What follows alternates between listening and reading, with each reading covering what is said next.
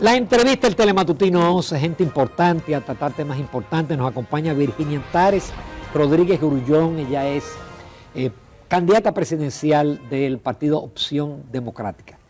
Buenos días, Virginia. Gracias por aceptar la invitación. Muy buenos días, un gusto estar aquí. Bienvenida, un placer que esté con nosotros, Virginia. Una mujer joven, comunicadora y también con una especialidad en desarrollo y medio ambiente. Así es. Así que bienvenida a Telematutino. Un placer que la mujer joven participe en política y que sea candidata presidencial. Es decir, que vamos a tener opciones distintas para votar en mayo 24. Virginia tiene genética de luchas sociales, sí, de lucha por la libertad. Su bisabuelo fue Juancito Rodríguez, uno de los primeros opositores de Trujillo. Perdió su fortuna. Así y es. tu abuelo fue José Horacio Rodríguez, que fue comandante en la invasión del 14 de junio y murió. Sí, en la Pero del lado de materno, de tu lado materno, tu abuelo, don Oscar Grullón, el ingeniero Oscar Grullón, estuvo preso en la 40. Así que ella tiene genética de lucha. ¿Cómo tú te metes en la política? Pues yo sé que tú tuviste participación en luchas sociales, pero ¿qué te decide incursionar en la política? Así es, yo vengo primero efectivamente de una familia que luchó por la democracia dominicana y yo y mis hermanos crecimos con estas historias familiares de cómo, y que es una historia que representa no solo a mi familia, sino a decenas, a cientos y a miles de familias dominicanas que vivieron el exilio, que vivieron la cárcel, la tortura, el nunca saber dónde estaban sus muertos, porque aquí como nunca se hizo justicia, nunca se dijo, por ejemplo, qué había pasado con muchas personas que fueron llevadas y desaparecidas.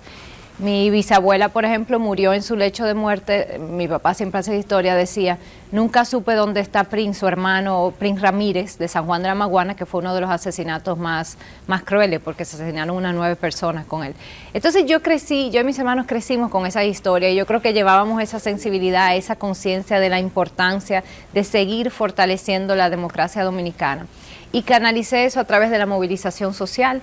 Fui parte muy activa de todos esos movimientos sociales que protagonizó sobre todo esa juventud dominicana en los últimos 20 años, desde unos grupos que empezamos en la crisis de 2003 del gobierno de Hipólito y empezamos a manifestarnos de manera pacífica ahí en las principales avenidas de las grandes ciudades, hasta lo que fue la lucha por salvar a los haitíes en 2009, luego el 4%, marchando por una educación de calidad en la República Dominicana, una demanda que sigue siendo parte de del compromiso que traemos con nosotros. Marchamos por un sistema de impuestos más justo en 2012, en aquel paquetazo fiscal, resistiendo una reforma tributaria que nueva vez cargó a las clases medias, a las clases trabajadoras, una reforma muy injusta, y en todo lo que han sido las movilizaciones contra la corrupción y la impunidad. Entonces, esa también ha sido mi escuela, yo también vengo de ese proceso. Y luego de realizar una maestría en Inglaterra en políticas de desarrollo y medio ambiente, gracias a una beca, regresé muy convencida de la importancia de dar el paso a la política, porque sentía que esas demandas que la ciudadanía venimos haciendo de los movimientos sociales no encontraban respuesta en una clase política que no comparte esos compromisos, que no comparte esas prioridades, y que para hacer las transformaciones que este país necesita, se necesita una clase política más comprometida y estructuras políticas, o sea, organizaciones partidarias que también tengan un mayor compromiso democrático y con la construcción de una mejor República Dominicana. Virginia, tradicionalmente en la República Dominicana los partidos mayoritarios han dominado el escenario y han sido los ganadores en las elecciones. Y de hecho se tiene la creencia de que aquí se vota por el ganador. Se mueve mucho dinero, cuesta mucho hacer política. En la República Dominicana, a pesar de las leyes que los mismos partidos votaron y que no respetan, ¿cómo encuentras en Opción Democrática que ese es el nicho para tú desarrollarte? Y esa lucha que tú sabes que va a ser muy, muy ardua y quizás desigual e injusta, que vas a tener que enfrentar con esos partidos mayoritarios que tienen todo el respaldo económico. Así es, sabemos que es una competencia muy desigual, lamentablemente esa es una de las deudas, de las faltas que todavía tiene la democracia dominicana, construir un sistema electoral más justo, algo que se viene debatiendo por lo menos desde hace 20 años cuando la crisis electoral del 94 y en el cual se ha avanzado poco. Pero entendemos que vale la pena echar la batalla, no hay otra forma de llegar a los espacios de poder para cambiar esa realidad que no sea participando dentro de las reglas que tenemos. Hay oportunidades y nosotros estamos volteando la lógica que ha dominado de esa mala política que es que hay para mí, entrar en la política a cambio de que me compren un voto, de que lo mío, y pensar en una política de qué yo puedo ofrecer para que todos vivamos en una mejor sociedad y cómo yo puedo aportar a un proyecto que va a mejorar las condiciones de vida de la República Dominicana. Esa es la verdadera política democrática.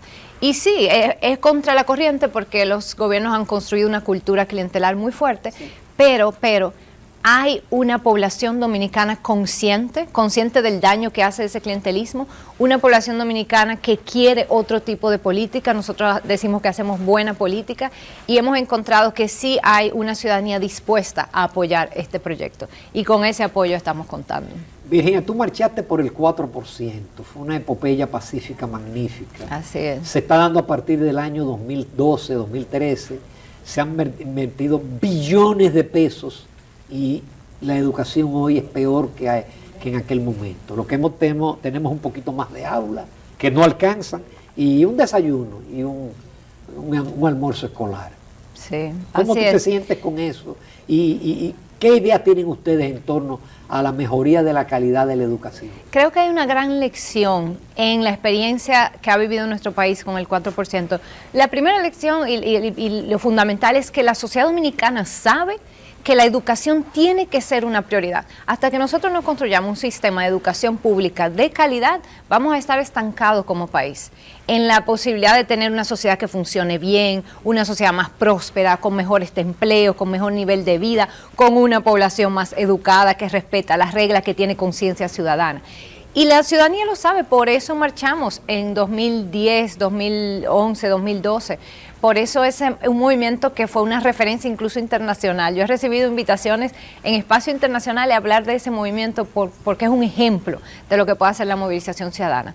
Pero asimismo nos muestra que esa movilización no es suficiente. Hace falta que haya una clase política que comparta ese sentimiento, ese compromiso, esa vocación. Entonces, ¿qué pasó con el 4%?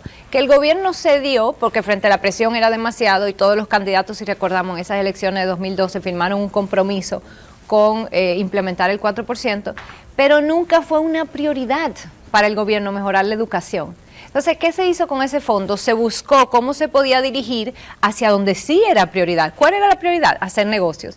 Y ahí se dirigió todo ese 4% a la construcción de escuelas en un entramado mafioso que luego se destapó con una tragedia que fue el suicidio del arquitecto David Rodríguez en las oficinas de la OISOE. Estamos hablando 2014-2015. Y eso generó todo ese movimiento de cadenas humanas contra la corrupción, donde también estuvimos frente a la OISOE, exigiendo el cierre de esa institución, exigiendo la consecuencia y las sanciones a quienes habían utilizado los fondos del país que debían destinarse a mejorar la educación dominicana, a simplemente terminar en bolsillos privados. Entonces, eso es lo que tenemos que cambiar, porque así como pasó en la educación, pasa en cada área. Mientras las personas vayan al Estado pensando en hacer negocios, en lucros, en pagar compromisos de campaña, lo que debe hacer el gobierno nunca va a ser lo correcto, siempre va a estar mediado por esa necesidad de hacer negocios. Por eso nosotros decimos que al Estado no se puede ir a hacer negocios. Quien quiera hacer negocio, eso está muy bien, hay gente que tiene esa vocación, que la canalice en el sector privado, que ahí le necesitamos gente queriendo hacer negocio. Al Estado hay que ir con vocación de servir y de implementar las transformaciones para construir la República Dominicana que soñamos. Sí, Virginia, a mí me llama particularmente la atención el tema de las movilizaciones dominicanas, y tú mencionabas que te movilizaste en el caso de los haitises, por ejemplo, y en el caso del 4%. Hemos visto después que los haitises lo están desbaratando con quemas de árboles, talas y demás, y no he visto ninguna movilización. También han salido muchísimas informaciones con respecto al mal manejo y el mal uso del 4%. Entonces las movilizaciones no acompañan, no le dan seguimiento a eso. ¿Por qué? Es que las movilizaciones juegan un rol de poner una prioridad, de llamar la atención, de articularnos en torno a una causa común, pero vuelvo a lo mismo, no es suficiente. Esas transformaciones, esos cambios se hacen desde el Estado y al Estado se llega a través de la política. Por eso cuando yo regresé de Inglaterra hacia 2012, yo hice una maestría en políticas de desarrollo y medio ambiente, que precisamente los estudios del desarrollo analizan por qué y cómo los países se desarrollan, cómo pueden garantizar mejor calidad de vida, cómo pueden avanzar tecnológicamente, económicamente.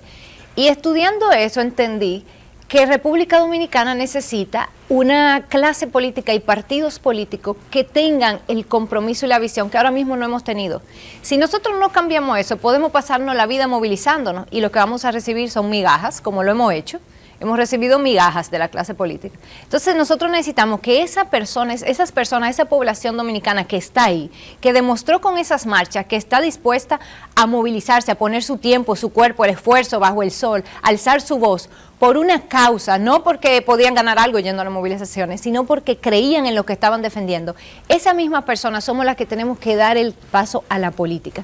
Y eso es lo que hemos empezado a articular con Opción Democrática, que precisamente se gestó hacia 2014, empezamos el proceso de búsqueda de firmas, bajo el liderazgo de una persona que es un referente en la política dominicana, de una trayectoria coherente, comprometida, decente, como lo es Minú Tavares Mirabal, hija de Minerva Mirabal, y que lleva también ese legado de hacer una política al servicio de los mejores intereses de la nación, no al servicio personal. Yo creo que esa es la gran diferencia. Y Opción Democrática hemos demostrado que tenemos casi 10 años trabajando duramente para construir esta alternativa política, enfrentando las desigualdades y las injusticias del sistema electoral, pero superándolas. Y el año que viene será la primera vez que estaremos en la boleta electoral. Por eso me emociona tanto también esta candidatura presidencial de Opción Democrática, porque si bien es un partido nuevo, es también el esfuerzo de muchos años de articulación, de muchos años de esfuerzo y de trabajo y de mucha gente que venimos de la movilización social. Virginia Antares, con tu permiso y los amables clientes, nos vamos a una breve pausa comercial. Regresamos, que hay muchas cosas más que tratar y que conocer de Virginia Antares Rodríguez Grullón.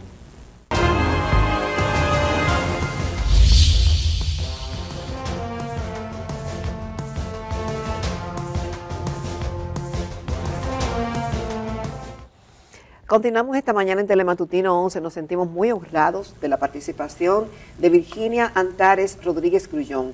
Ella es candidata presidencial del partido Opción Democrática.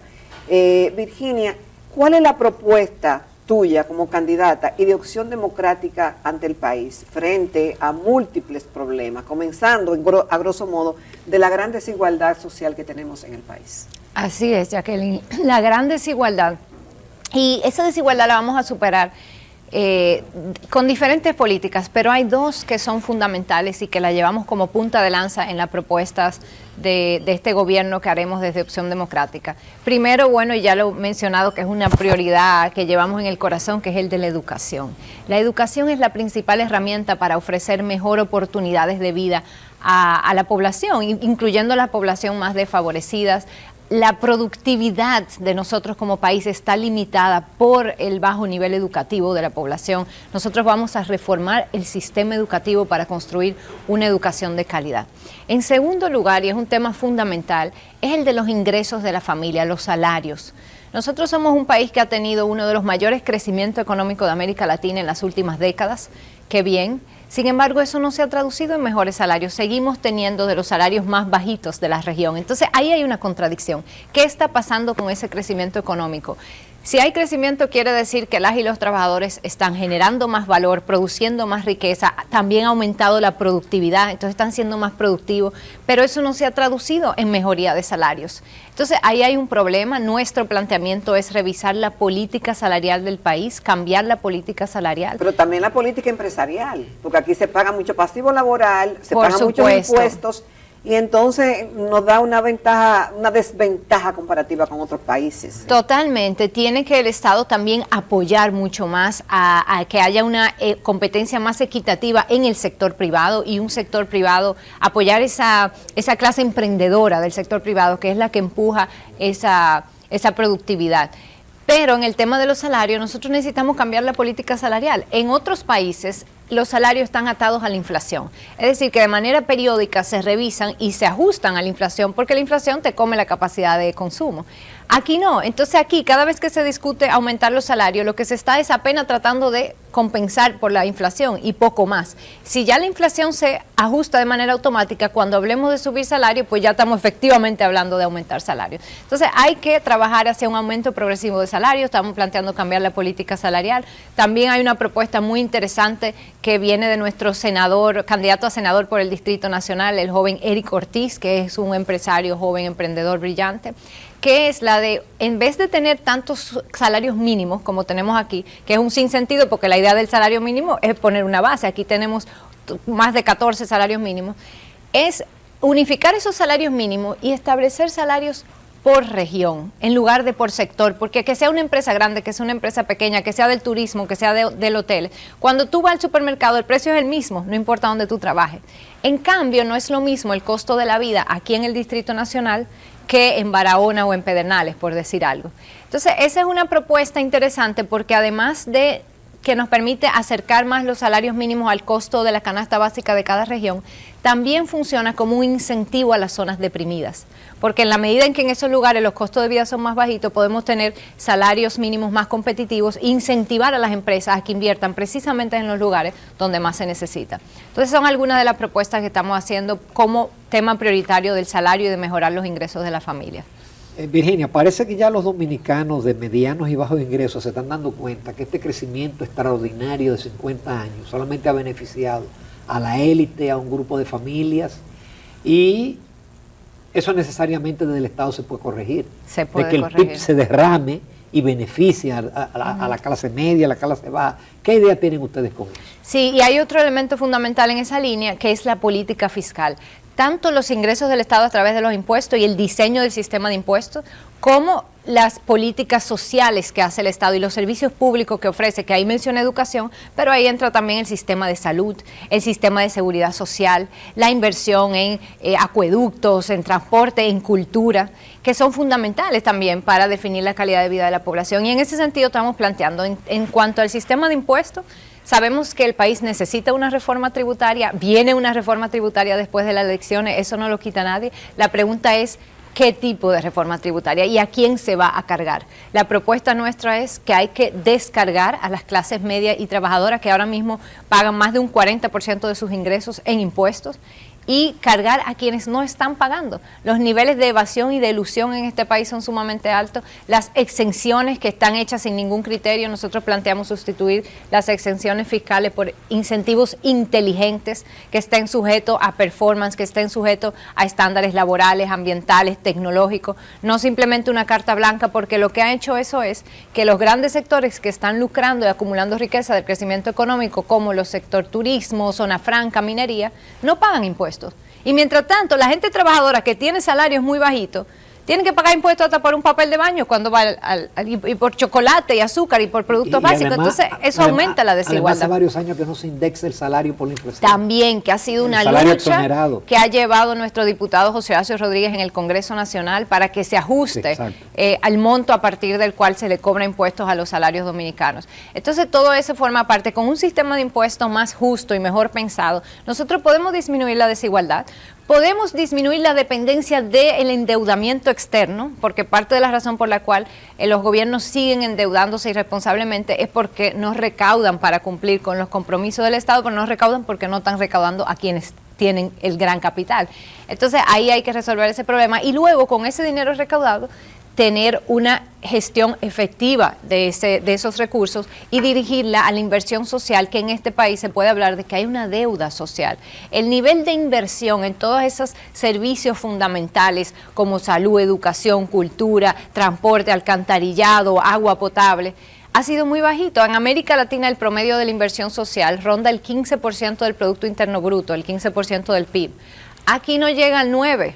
O sea, estamos en la mitad del promedio de América Latina en todos esos servicios fundamentales que afectan a la familia dominicana.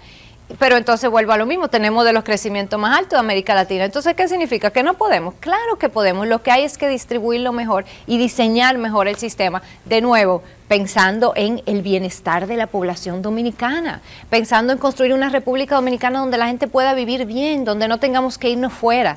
No pensando en dónde yo puedo hacer negocio, en dónde yo puedo repartir, en dónde yo puedo hacer clientelismo. Eso es lo que tenemos que cambiar aquí. Virginia, actualmente vemos en la prensa lo que está ocurriendo en el Colegio de Abogados de la República Dominicana, donde se intenta escoger un nuevo presidente y los incidentes que han tenido, que no han dejado que la Comisión Electoral haga su trabajo y donde hay una lucha política, un enfrentamiento político de la oposición y del gobierno. También vemos que ahora mismo se están entrevistando a los postulantes a integrar el Tribunal Constitucional Y desde ya se habla de que hay una preselección de parte de quien tiene la mayoría, que en este caso es el gobierno, y de que ya están decididos quiénes serán los miembros. ¿Qué opinión te merecen ambos casos? Porque son como distorsiones. Sí, muy lamentable. Y yo creo que es una muestra de un reto que nosotros tenemos como país y como sociedad, que es construir una verdadera cultura democrática. Y eso quiere decir que entendamos que la única legitimidad a la hora de escoger liderazgos, ya sea en un colegio de abogados, en un gremio o a nivel de presidente o del Congreso, es el apoyo que logró la gente en unas elecciones que sean legítimas. O sea, tenemos que ser capaces de entender que si la otra persona ganó porque consiguió más apoyo y convenció a más personas, eso está por encima de mi interés yo de llegar al poder. Eso es lo que significa tener una cultura democrática. Pero ¿cuál es la limitación? Que los propios partidos que nos gobiernan, que deben ser la semilla de ese proceso democrático, no tienen internamente una cultura democrática. Fíjense el trabajo que ha dado ahora la elección de las candidaturas, porque han puesto a usar encuestas que no son democráticas, que no tienen legitimidad, porque cuando son votaciones distorsionan, hay competencia de dinero, no hay una competencia legítima, genuina, respetuosa, con reglas claras, equitativas. Si nosotros tenemos eso, es más fácil respetar a quien gana y entender que fue legítimo, ganó porque tuvo más apoyo, y eso es lo que tenemos que construir. En Opción Democrática, nuestro reto y para lo que estamos trabajando es construir precisamente una organización política con esa cultura democrática, que es una nueva cultura política para este país, pero tenemos que construirla porque es lo único que nos va a permitir avanzar hacia instituciones más legítimas. ¿Qué nosotros hacemos en Opción Democrática? Los liderazgos se escogen democráticamente. Tuvimos una convención nacional el año pasado cuando logramos recuperar el reconocimiento del partido, y la líder fundadora de este partido, que es Minuta Valles Mirabal, compitió en unas elecciones con la compañera Alexandra Suet, que hoy es candidata a diputada por Santiago, una estrella joven. ¿Y qué hicieron? Ambas tenían la misma cantidad de tiempo para dirigirse a las y los votantes. A ambas se les compartió la cantidad de padrón, porque la Comisión Electoral Interna a todos los candidatos les compartía a los miembros del partido para que puedan hacer campaña. Es decir, se establece un marco, una regulación justa para que la competencia sea legítima. Ahora, quien ganó en ese momento, todo el mundo lo respeta, porque sabe que fue genuino, que ese apoyo fue real. Entonces, ese es el reto, eso pasa por construir una cultura democrática, eso es lo que está faltando en el Colegio de Abogados, está faltando en el sistema de partidos, está faltando en el sistema político, y Opción Democrática viene a cambiar el sistema político de la República Dominicana y a impulsar esa nueva cultura que de una manera u otra, yo creo que la gran mayoría de dominicanos comparte y reconoce y respeta y está dispuesta a apoyar. Virginia Antares, excelente discurso, muy buen debut, te esperamos Excelente. Con mucha frecuencia desde ahora en adelante. Muchas gracias, invitar a la gente a buscarnos en la casilla 29, que estaremos Opción Democrática, Virginia Antares en las redes sociales, y que busquen también las candidaturas que llevamos a todos los niveles, regidores, diputados, senadores. Que llevan a todos los niveles en el país. En el país, porque tenemos las y los mejores candidatos. Así que el Partido Marrón, Opción Democrática, casilla 29. De nuevo, muchísimas gracias. Gracias y éxitos, Virginia. Muchas gracias. Una exitosa carrera política.